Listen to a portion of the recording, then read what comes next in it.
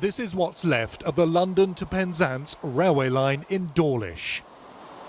Looking more like a bridge than a train track, it was left dangling in mid-air. Its entire foundations across a 50-metre section scooped out by the waves. The Devon town has been battered for hours. Huge seas that drew the familiar sight of storm spectators, but packing the power to do this to concrete and metal. Last night was just the freak of nature.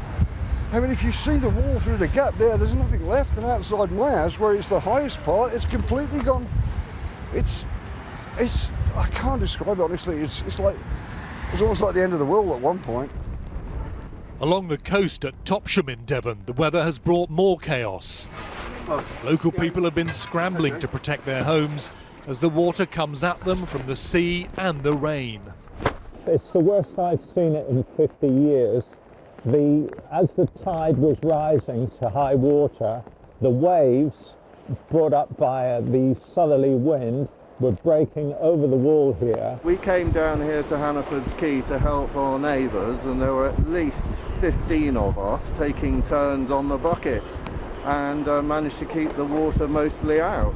In Dorset, police shut the road to Portland, so bad were the seas along the Spit, with residents warned to stay in their homes until the storm eases.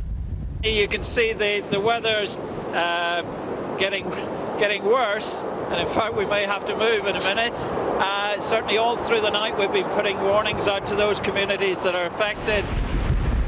It's been the same here in Weymouth, where they were put on severe flood alert.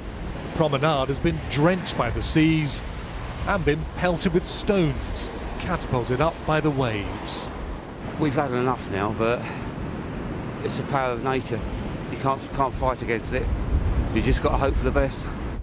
For a time, there was a force 10 gale lashing in along this part of the coast, and at one point more than 6,000 homes across the southwest were left without electricity supplies. These storms are presenting a huge financial and human bill to this country. Duncan Kennedy, BBC News.